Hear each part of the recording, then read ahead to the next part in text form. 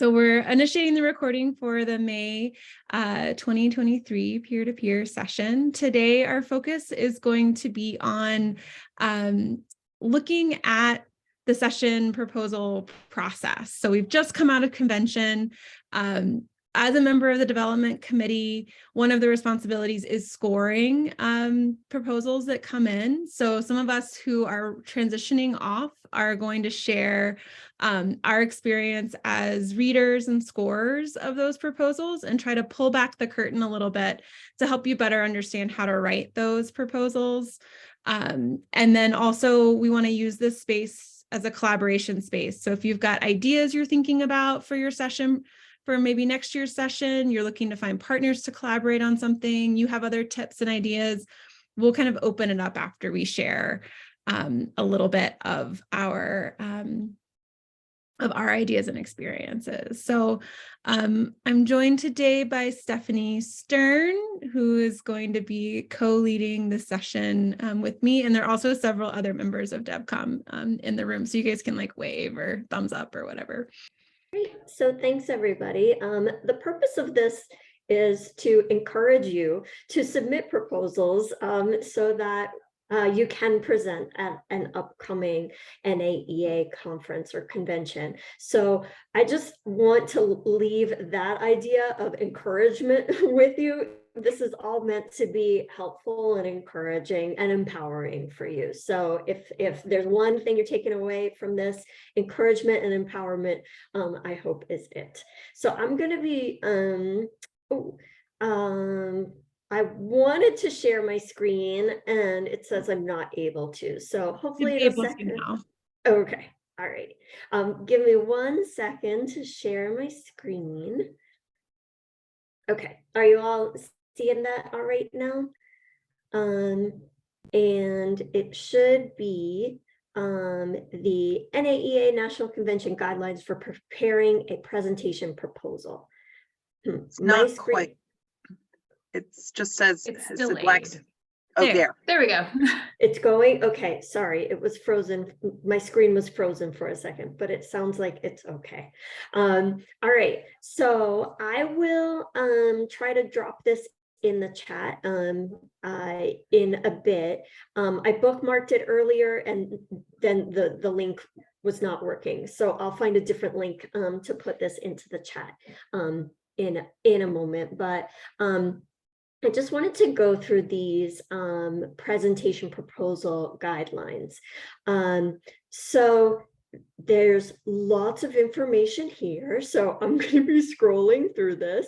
One thing that I want to emphasize first is that the rule is that NAEA membership is required for all presenters and co-presenters, both at the time of submission and at the time of presentation.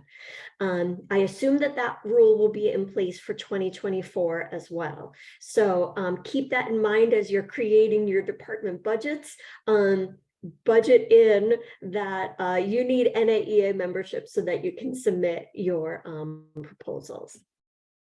So I'm going to sort of fast forward through this. Usually the proposal deadline is in June. So I assume that they're going to be sending out some proposal information coming up very soon. So keep an eye out for those emails and communications about the proposal deadlines. So submitting your proposal, to start with, you need a title. There's a 15-word limit. I suggest making it something really catchy, easy to read, easy to understand. We've got lots of tips for you in a moment, but one tip that Gwen wrote down and really resonated with me is we as proposal submission readers see a lot of proposals. So make sure your proposal is clear, easy to read, easy to understand, and that really starts with your title. The next thing they're going to ask you to do is to create a 50-word or less brief program description.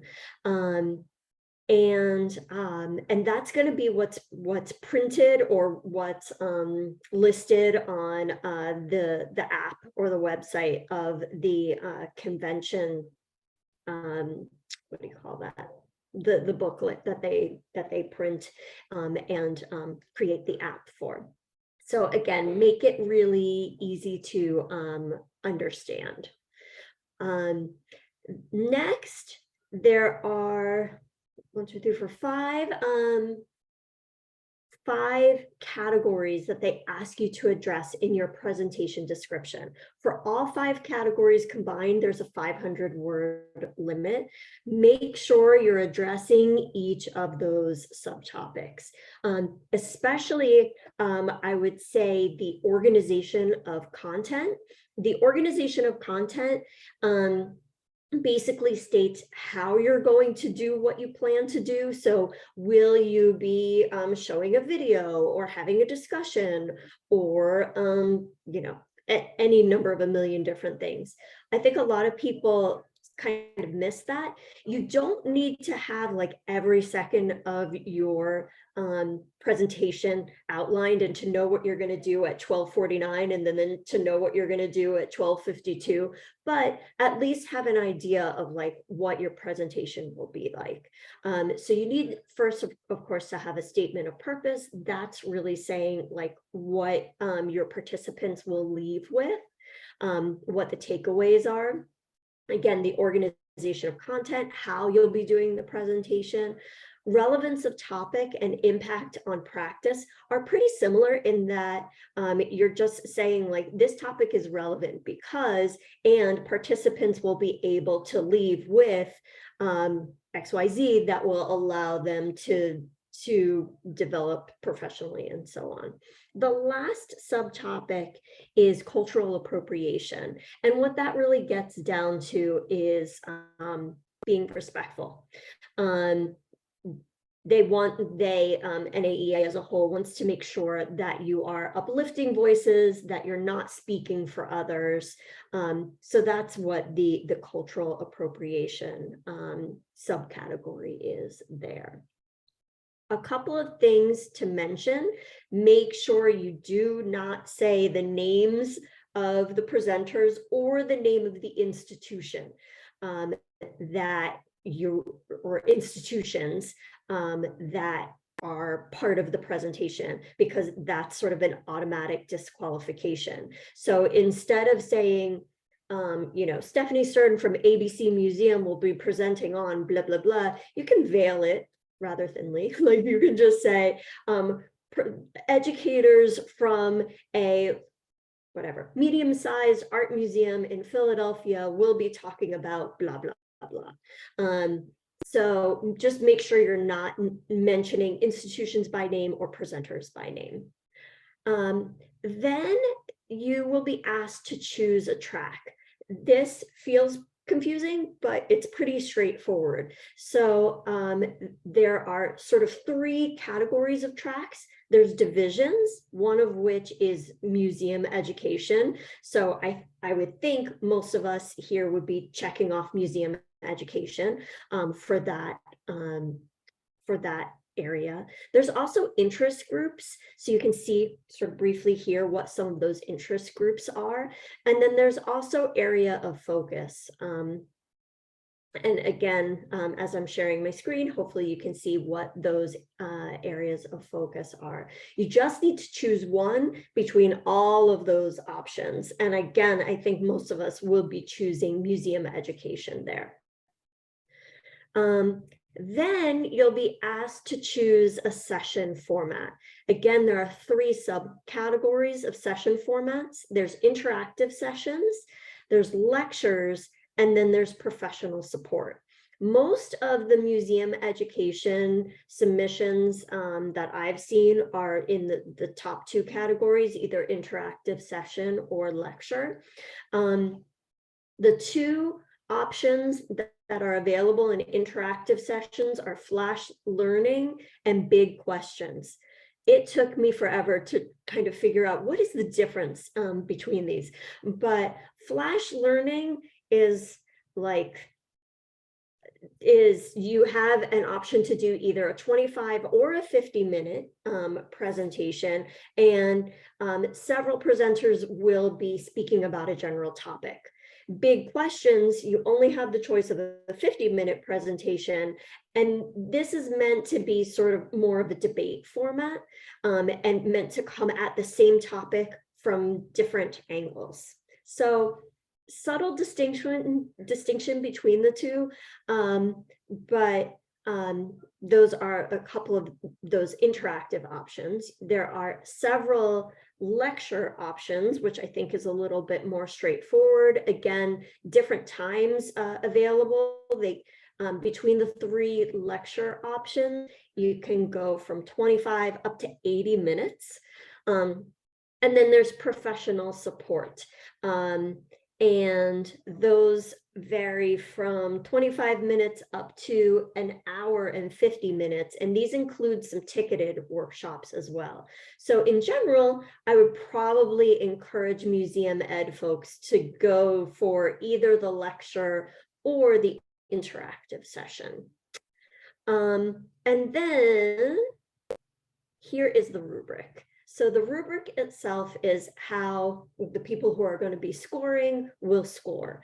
As you can see, 4 is a high score, 1 is a low score. The higher the score, the obviously the closer you are to being able to present at the convention. So you'll see what the different categories are that we're scoring for. So statement of purpose and outcomes, that's really, you want to make sure that we understand your topic and what participants will be walking away with. Next is organization of content. So do we understand how you're going to be presenting? So what you'll be doing in that 50-minute session or so. Relevance of topic is, again, thinking about a timely contribution to issues, to trends within the field.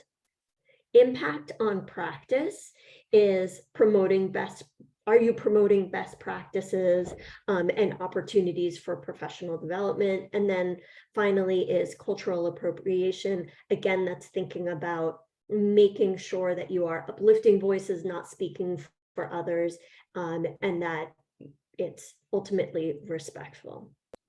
So I'm going to stop sharing my screen here. And I think next we were going to share some tips for presentation submissions. I feel like we should also pause here to see if anybody has any specific questions. That was a lot of me talking. I was gonna say, let's do a few questions. I did want to add, just in choosing sort of a track. I have had success in writing a session proposal, not for museum education, but based on my museum education work. So if you've not tried that, those sessions I found tend to be bigger. Like you get put in those bigger rooms. Like I did one on a family program that we did, but we presented to elementary. We submitted in the elementary category. So we really focused more on kind of the lesson plan and the methodology behind the lesson plan, thinking that we'd be talking to educators and how they could replicate it in their classrooms. So we did frame that session with a different audience in mind, but do know that there are other pathways to get your work out there. And I've always actually been curious why museum educators, like all those like ticketed workshops, like there's never like a museum eddy one in there. I've always wondered about that.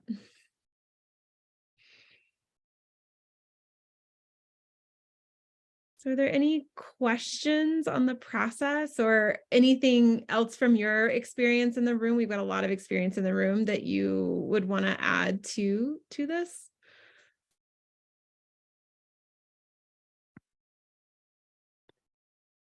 I actually have a question.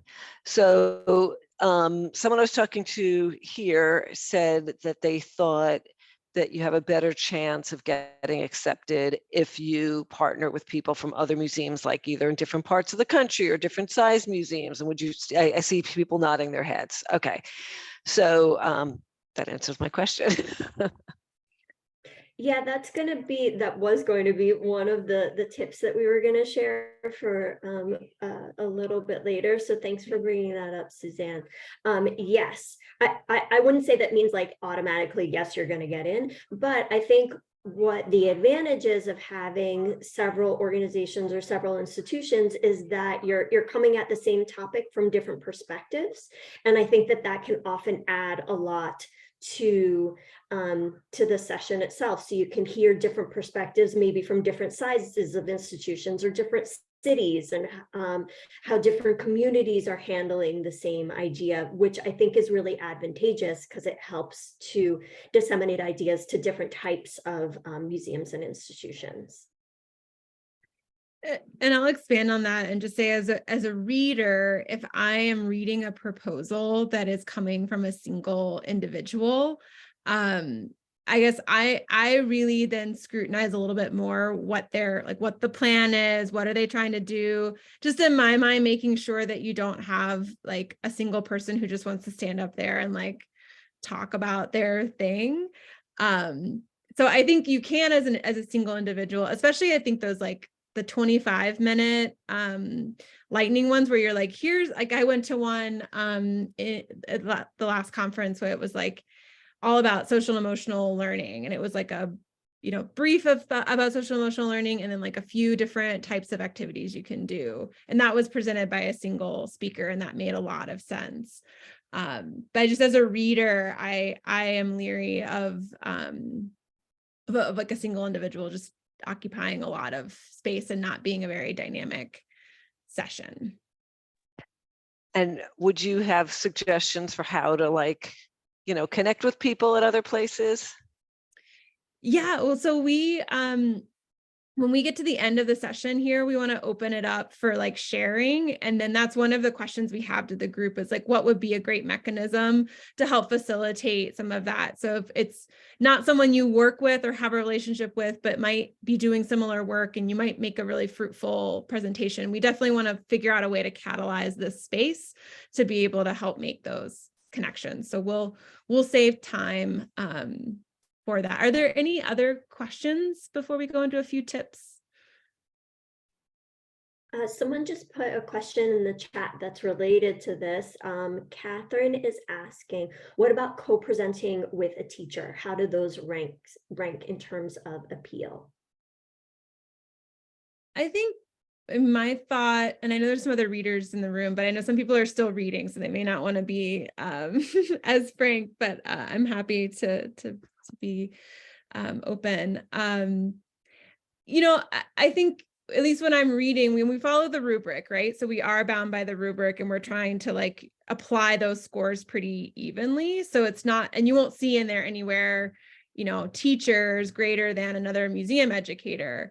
I think it depends on the type of session that you are proposing. So if it's a school program or something, and you tell me you have one of the teachers that's a part of that project that wants to co-present with you, I'm curious, like just if you put yourself in the shoes of a conference goer, like it might be interesting to hear an educator and a classroom teacher kind of talking about a project together, for example.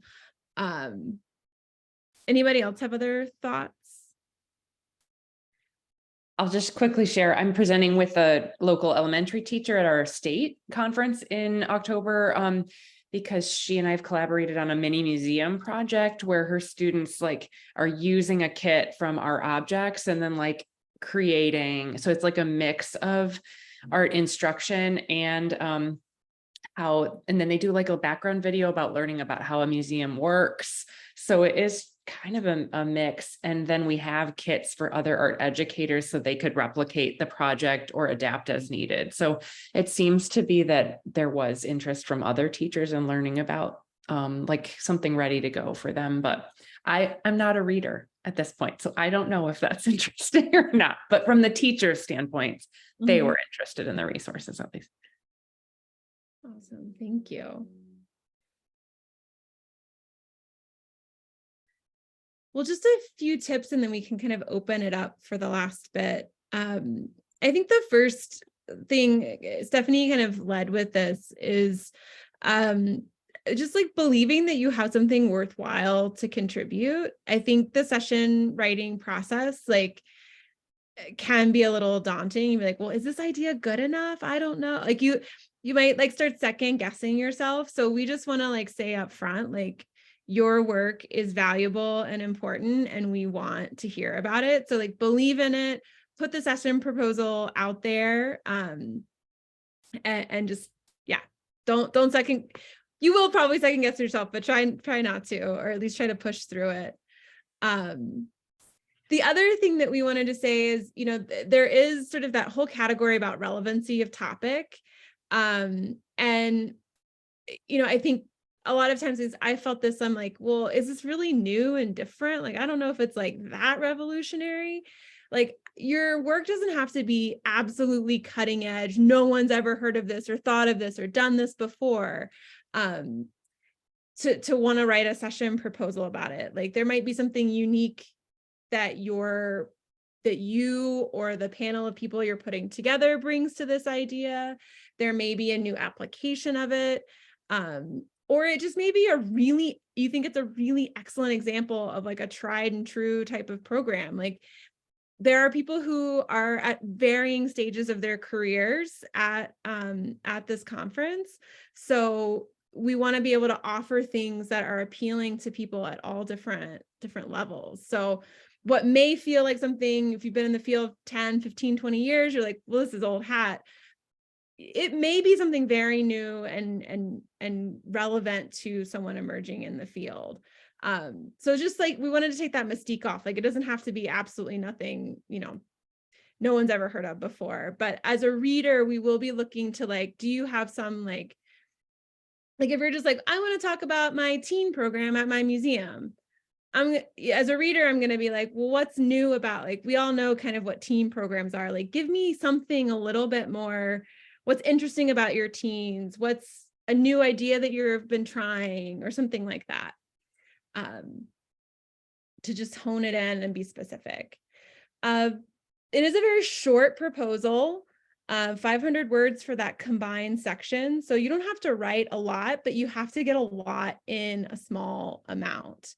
So you do want to be really concise and very specific. So it doesn't have to be the most well-written thing in the world. So you don't have to agonize over that. Just put, like, literally go through the sessions and like answer, or the categories, and answer those pretty. If you just like did a first pass and just answered each one of those and then kind of massaged it into something cohesive, you'd have a pretty solid proposal ready to go at that point. So it doesn't need to be something that you overanalyze. And then, and do make sure you address everything in the rubric. Each of those sections, as you saw, as a reader, we score on each of those. So if you don't mention it at all, as a reader, it's really hard to score you on that. And that's 4 points you lose out on. So just figure out a way to answer every single one of those categories. Sort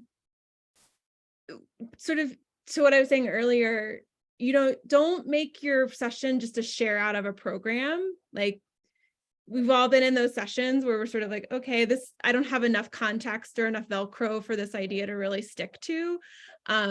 So like, think about, how does whatever you're doing in your context connect to some larger theme or question? Like, I went to a really excellent panel around bilingual programming, and each institution talked about their different approach to it. But it was interesting to me that they were sort of contributing to this larger narrative about multilingual and bilingual programming from their each individual perspective. So I was more interested in kind of each of their details because of that bigger question.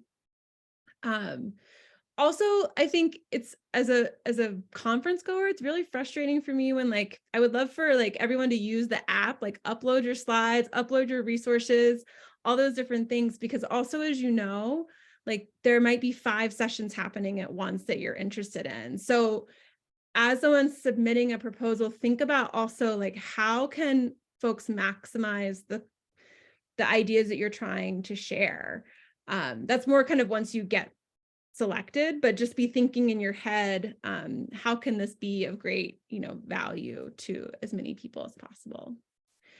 And I think we've covered most of the others. Are there any other tips from other folks out in the room that you want to share? There's one more thing that I want to share, is that like the thing that you're presenting on doesn't have to have been like a sparkling success. You can share on something that was a total failure or a partial failure, because we learn from failure, as we all know. And I presented on something that was a fail, maybe 5 years ago or so. And it was with another educator, and we were talking about teen programs, and I was saying how like the thing I did didn't work. And the other educator from a different museum was saying, this is what we did that did work. And I think that was, I hope, valuable for participants, because they were sort of learning from the failure as well. So think about that, like, that can be hard to sort of put yourself out there and say like, I failed at this thing, but that's a learning opportunity as well for others.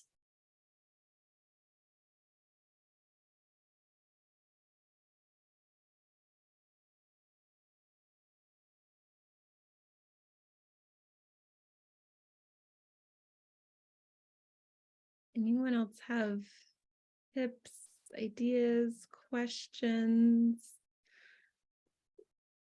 I have one tip when it comes to connecting with people. I don't know if this was shared, but I had some success with the NAEA message board. So when I was coming up with a topic idea, I posted a very general, hey, is anyone else interested in this idea? And got a lot of responses from that. So that was one tool that I didn't know would be as helpful as it turned out to be.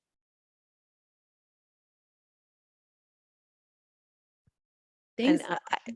And sorry, I came in a little late, but so maybe I missed this, but has they announced what the theme is or is there a theme for the conference next year? I think that they've moved away from themes. So, which is nice. It's freeing. You don't have to tie what you're doing to some particular thought. So you do in the process identify like a track or I forget the word it was, but like you would say if it's about diversity and equity inclusion, you would mark that, so you're able to kind of filter your session in that way, but it doesn't need to speak specifically. And is the application available yet, or this is that because that which Stephanie showed was from last year? I can tell you I've scored like 3 or 4 years. It's not going, I don't think it's going to change significantly from that. Typically the deadline is like June 30th. It's a very quick turnaround, which is why we wanted to dedicate the May session to this, because you'll get that, it'll come out within the next few weeks usually, and then it feels like the deadline is like upon you. But they have not released that yet. So we're jumping the gun just a little bit here, but in anticipation of what the patterns and ways of being have been for many years. Cool. Thank you.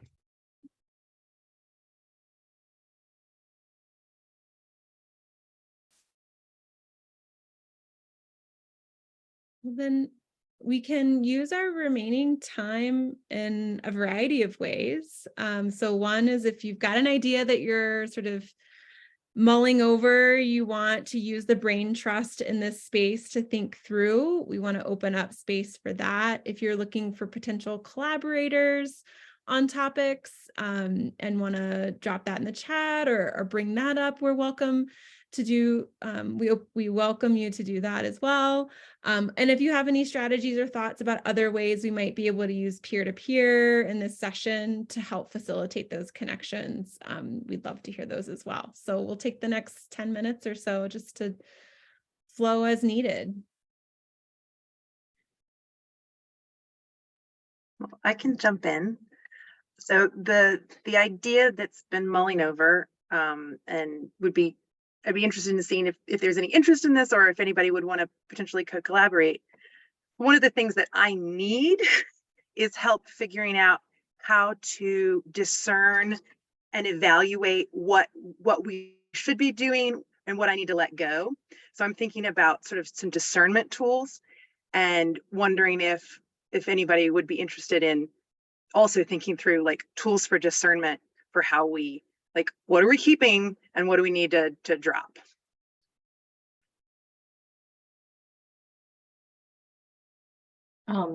I'll jump in and say, Julia, that is always a question for me. We went through the museum assessment program for education and interpretation during the pandemic, and our peer reviewer gave us a rubric that she uses for stopping programs. So we've sort of implemented it. So I don't know that I'm necessarily an expert on that, but I could share some information with you, and maybe would be interested in talking. As somebody said, I'd like to go to that session, and so would I. So yeah, but if I can help, let's you and I chat. That would be awesome. And we would have a year to get the details to be putting things, trying things out, but yeah. I'll send you an email. Thank you, Kathy.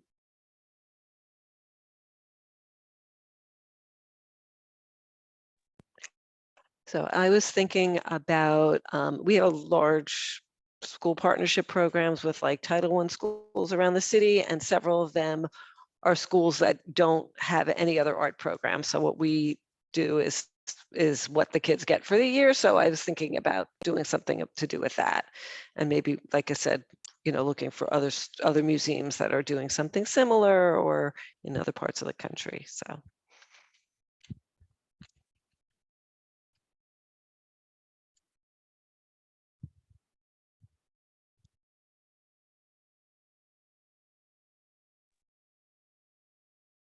Yes, Stephanie.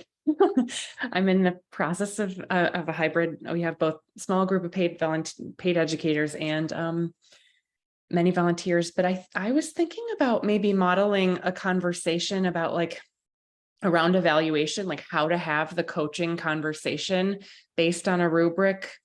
We've been coming out of a pandemic where evaluation systems are maybe not as streamlined, and I wanted to move away from like this kind of nice white woman talk, and just be really more institutional about like, you're in an organization, I have to do an annual review every year. How do we make sure that we have a cohort that is meeting our standards and really professional, and have to say hard things? And I am in the midst of those hard conversations right now, and I just need support and would love to think about how other organizations model that. I have some resources from this book about coaching interpreters, and could offer some resources, but would love to know,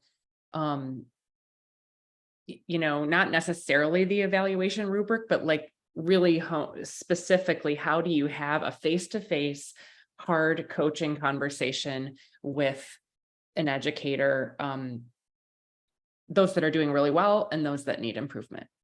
So that's kind of what and I'd like the same kind of coaching available to our paid educators and our volunteers.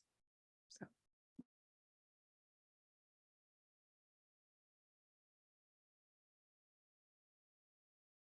Grace, are you aware of the book of the Art of Coaching? I'm forgetting that it's Aguilar is her last name. She was a teacher in the Oakland Unified School District for years. Are you familiar with the material? Yeah, our county intermediate school district uses that as their models. So it's been helpful. I need to dig into it a little bit more, but thank you. Yeah. Another staff member and I are looking to sign up for maybe like a year-long PD with her organization, Bright Morning. So just throwing that out there as a resource. And if you wanted to meet us in that virtual space, we'd love to see you.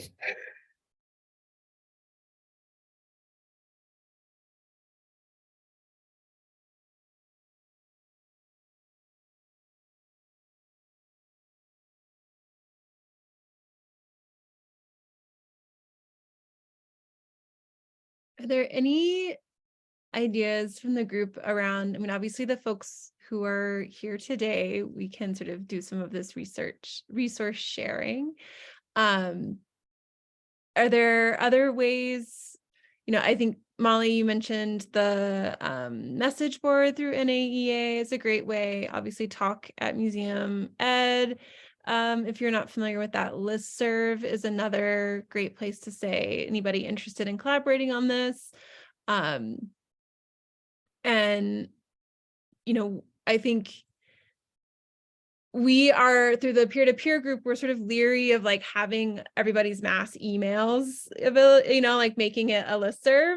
But I think, we can also as a group, like share things out, if like you say, hi, I'm so-and-so, and I'm really looking to do a thing, contact me, I think we're fine blasting that. We just don't want to like give everybody's emails, like willy-nilly. So you can list email folks out, since there's no like great way to opt out of it easily and that kind of thing.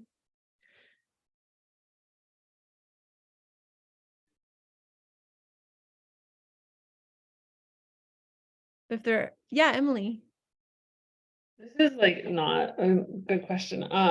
But the last time I was on the leadership team, we were like just seeing like a trickle of our museum education proposals getting through the overall structure of NAEA, and I'm just wondering if that's still the climate for proposals. I've stepped away from submitting for the last couple of years for numerous reasons, but just if that, like, if there's been any way to address that, or just an update around how many proposals you're seeing and how many actually get accepted, because I think we would see like maybe 100 to 120 submissions, and we'd get like 36 into the final convention. That's a great question, Emily. And I guess from transparency, as development committee, we receive all of those submissions, and then each individual gets a certain number to review.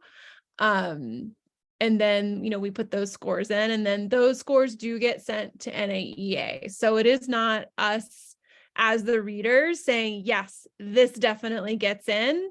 As the readers, we are simply scoring and saying, we think these are the most valuable proposals from the group, based on the criteria that we went over. So NAEA still does make the final call for which sessions get in. They will also sometimes make determinations. I didn't submit this last time, but like they'll make some determinations about whether or not yours might be one of the live streamed versus, other kinds of things like that. If they make any of those changes to the format. I'm trying to remember how many we had last year come in total. I don't know if anybody else from DevCom can remember what that percentage was like. It's still definitely, not every session is going to make it through there. So I don't know if it's still as big an issue as what you were experiencing, but there still is that mechanism of control that NAEA does have, which is one reason why, I used the strategy before presenting to elementary ed is another way to kind of get work out there. It is a different audience. For example, you're not speaking to your peers in that sense. But I guess the last thing I'll say is pre-conference is completely organized by DevCom. So NAEA does not get a say in sort of who gets to present in that space. So, and that timeline is much further down the road. So you'll have to do your conference proposals relatively soon, but pre-conference, we usually don't start asking for submissions until at least the fall, if not like early or like late winter. So those are also a way to get your work in and share things if the session proposal doesn't go through. When are you typically notified if the session proposal was accepted? That's a good question. It's usually a few months before you hear back. It's enough time that you can kind of make your travel arrangements and all that good stuff before things start. They start really recruiting and opening for conference, but it's at least 2 months if I remember correctly. Yeah, I think the proposals are usually due in June, and then I think you don't hear back until the end of September. So it's a little while, but it is enough time to make your travel arrangements, like Gwen said.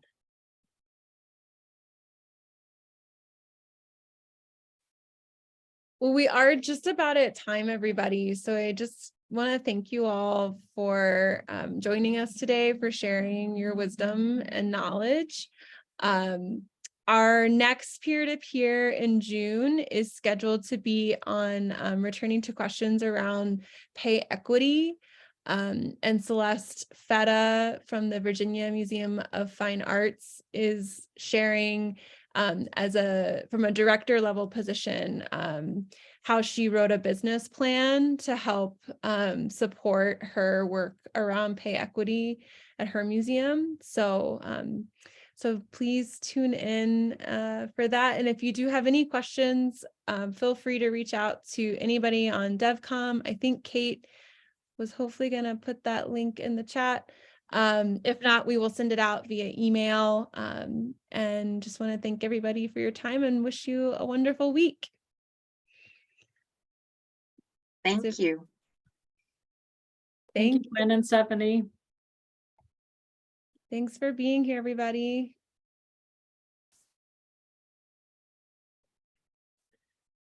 All right. I will